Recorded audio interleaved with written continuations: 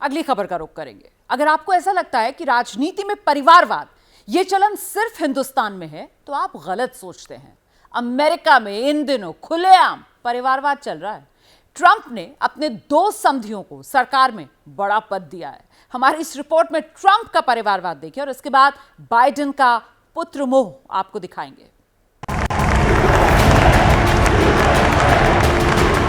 America की सरकार में ट्रंप के समधी साहब होंगे, वो भी एक नहीं 2। एक छोटी बेटी के ससुर तो दूसरे बड़ी बेटी के। बड़ी बेटी इवांका को कौन नहीं जानता।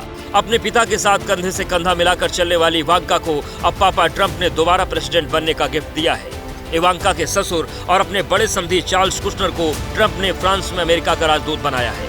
वहीं छोटी बेटी टिफनी के ससुर मसाद बोलस को मिडिल ईस्ट मामलों का एडवाइजर बनाया गया है।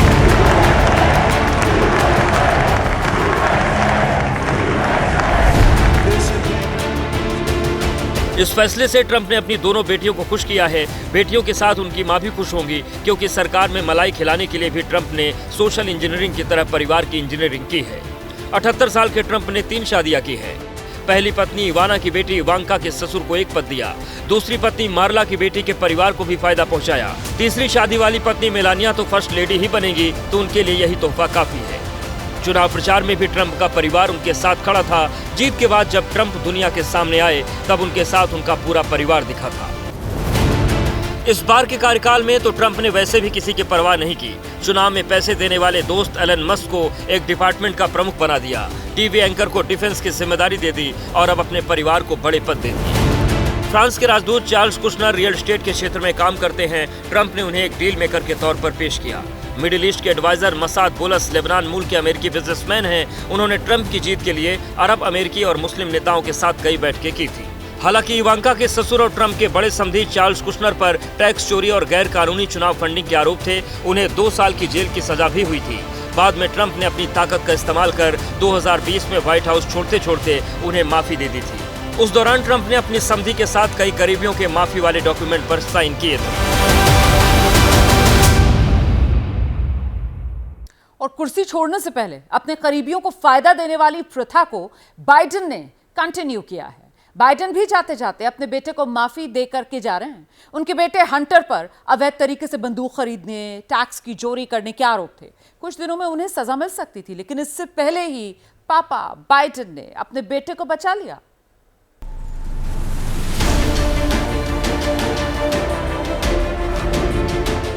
बयासी साल के बाइडेन ने राष्ट्रपति का पद छोड़ने से पहले अपने बेटे को जेल जाने से बचा लिया है। बाइडेन के बेटे हंटर पर आरोप था कि उन्होंने बंदूक खरीदते वक्त भरे जाने वाले फॉर्म में गलत जानकारी दी। इन मामलों में अमेरिकी अदालत उन्हें सजा सुना सकती थी।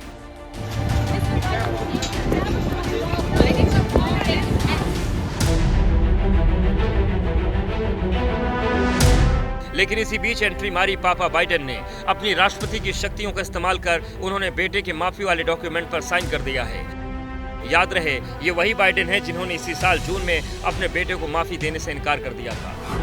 He has overcome an addiction. He's one of the brightest, most decent men I know, and I am satisfied that I'm not going to do anything. I said I abide by the jury decision, and I will do that, and I will not pardon him.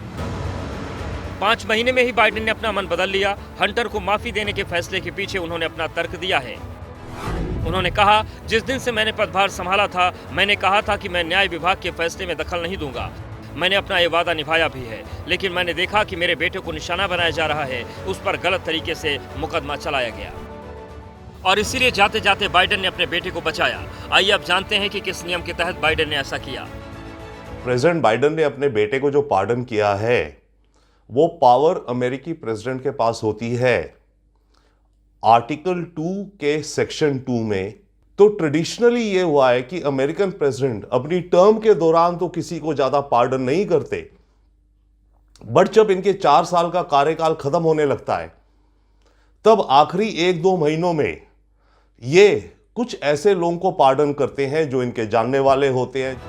Biden के बेटे Hunter को drugs की लत थी। मौजूदा राष्ट्रपति का बेटा होकर दोषी करार देने वाले वो पहले व्यक्ति हैं।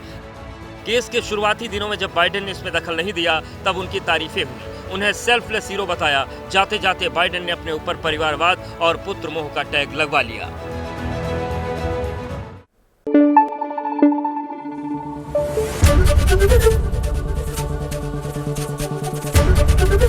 एबीपी न्यूज आपको रखे आगे।